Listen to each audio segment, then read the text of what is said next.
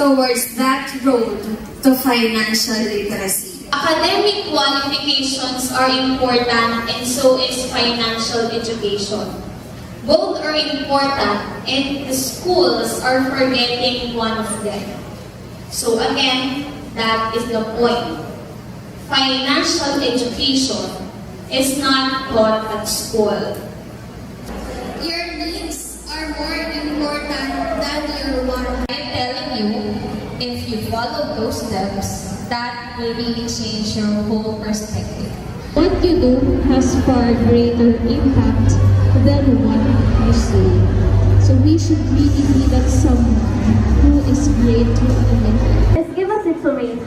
For example, every semester we are given a chance to be chosen to do demonstration teaching. Now, it is said that looking back, I remember. Is our endeavor for today, for us as stakeholders, to lead these kids towards that road to financial literacy. And then after that, I will give some list of activities that we can implement as a co-op to lead these kids to becoming financial. This one is more important to be learned first dahil it will serve as the very foundation for a sound financial decision in the future. As of this moment, based on my research, this kid had already garnered 1.3 billion page views, and this kid is making $1.2 million per year. So, what I am telling is, it is very possible money must be divided into different purposes. And naniniwala po talaga ako na at an early age, kailangan maituro na natin sa kanila yung konsepto ng living within our means. The other one, the second placer will win 7,000 pesos.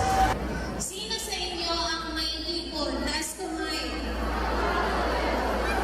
So, malaman, sino naman ang wala pang ipon? Ay, mas marami. Mas marami. Nakaputi na lang at nandito kayo ngayon. One step. Close. What?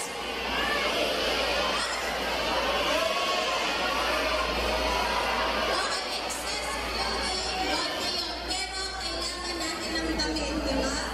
Siya ay need. Your needs are more important than your wants. Kailangan mo na palagi yung kailangan mo lang kesa sa gusto mo. Kung may pera ka, unahin yung kailangan kesa gusto. Okay? With my 3 objectives. But I am telling you, if you follow those steps, that will really change your whole perspective. At the end of it all, what I just wanted is really for you to find a career that is fit. To me, what you do has far greater impact than what you say. So we should really be that someone who is great to another. Now, the bottom line is that financial literacy is very much important to be taught to kids as early as possible. And as a father, as a mother, as a teacher, and as a co-op, we are a great channel, we're a great way on leading these kids towards financial literacy. We can't deny that we really play a big role in leading these kids towards adulthood where they will have to make more complex money management decisions. So, in return, it's a great privilege for us as well to teach them. After all, it is what the Eskwela Cooperativa is all about. It's all about ensuring intergenerational sustainability and helping the youth become a responsible member of the society.